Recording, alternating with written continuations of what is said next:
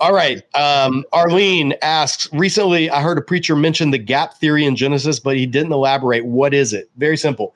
The gap theory in Genesis says, let me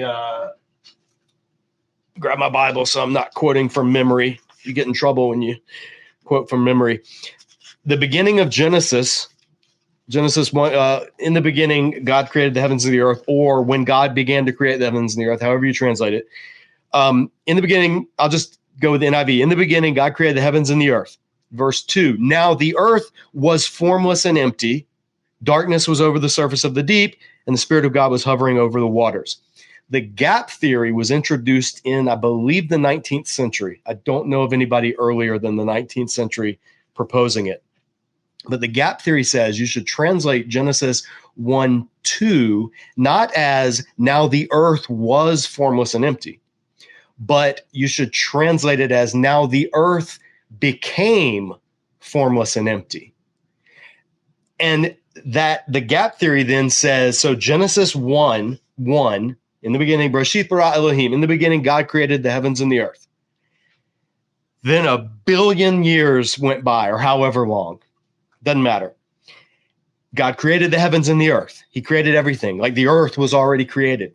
Then there's a long gap that the text doesn't say anything about. Millions of years, billions of years. And then Genesis 1:2, now the earth that God had created in Genesis 1:1 became formless and empty. It got messed up. And so everything after that, all the days of Genesis, is God refashioning and fixing what went wrong. And the reason that people have suggested this is because that gap is where they stick all of geology, all of astronomy, astrophysics, formation of the galaxies, plate tectonics, so they can say, yeah, everything that we see in science, the earth is millions of years old, billions of years old, all of that stuff, we can agree with that. And they just stick it in that gap and say, but Genesis now takes us to very modern history, geologically speaking, and says, now the earth became formless and empty, and so God had to come in. So the days of Genesis is a literal week in recent history, maybe a couple of thousand years ago, where God was he was restoring what went wrong. And they say the cause of that, not all of them, but many of them, is Satan and the rebellion and the fall of Lucifer, that the view that Isaiah and Ezekiel are talking about, Satan, not the king of Tyre and the king of Babylon. And they say that's where the fall happened. So basically everything Milton writes about in Paradise Lost happened in that gap. And it was first, to my knowledge, it was first put forward in the Scofield Reference Bible. And it was very popular because it seemed to be a way that you could have your cake and eat it too. You could read Genesis literally, and you could also embrace science and evolutionary theory and all of that stuff. And you could account for when all the stuff with Satan and taking a third of the angels and all, falling to the earth and all that stuff, you could read all those passages back into it. You could put everything in the gap.